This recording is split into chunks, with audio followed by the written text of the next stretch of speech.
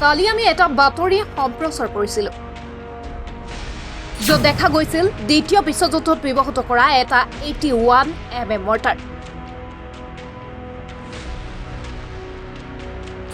উক্ত অস্ত্ৰবিধ তিনিচুকীয়া জিলাৰ তৰাণী গাঁৱৰ দলঙৰ সমীপত উদ্ধাৰ হৈছিল।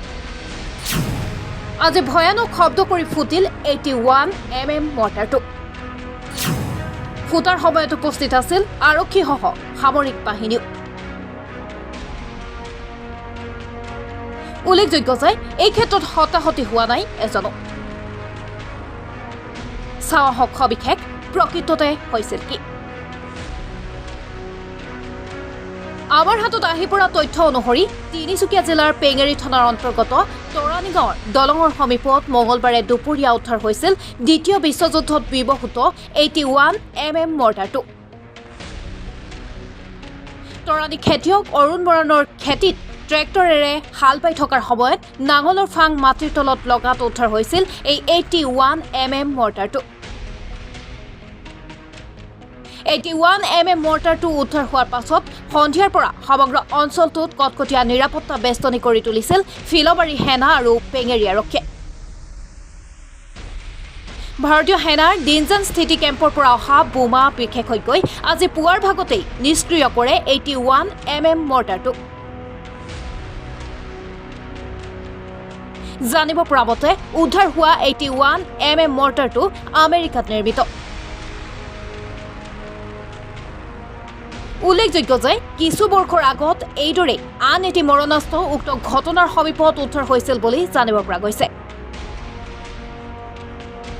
এতিয়া সচেতন মহলৰ মাজত প্ৰশ্ন হৈছে উক্ত স্থানটো দ্বিতীয় বিশ্বযুদ্ধত প্ৰয়োগ কৰিছিল নেকি, নে অন্য কোনো লোকে অস্ত্ৰ শস্ত্ৰ ৰাখিবলৈ উক্ত স্থানটো প্ৰয়োগ কৰিছিল। প্ৰকৃততে উক্ত স্থানটোৰ সন্দৰ্ভত তদন্ত চলালেহে বিষয়টোৰ সঠিক উত্তৰ পাব পৰা যাব।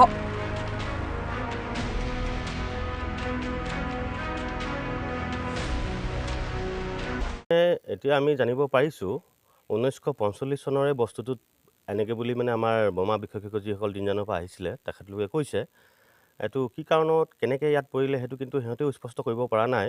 বস্তুটো আমেৰিকাত নিৰ্মিত বুলি আমাক জানিবলৈ দিছে। এতিয়া যোৱাকালিৰ পৰা সিহঁতৰ বেৰিকেড দি পেলাই ৰাখিলে। ৰাতিপুৱা আজি 4:30 বজাৰ পৰা মানে JCB আনি পেলাই বেৰিকেড বনাই পেলাই এতিয়া ব্লাষ্ট কৰিলে খন্তেক মানে সময় পূৰ্বে। তো চাউণ্ডটো বহুত জোৰকৈ ওলালে, মানে ইয়াৰ প্ৰাবল্য যথেষ্ট শক্তিশালী আছিল।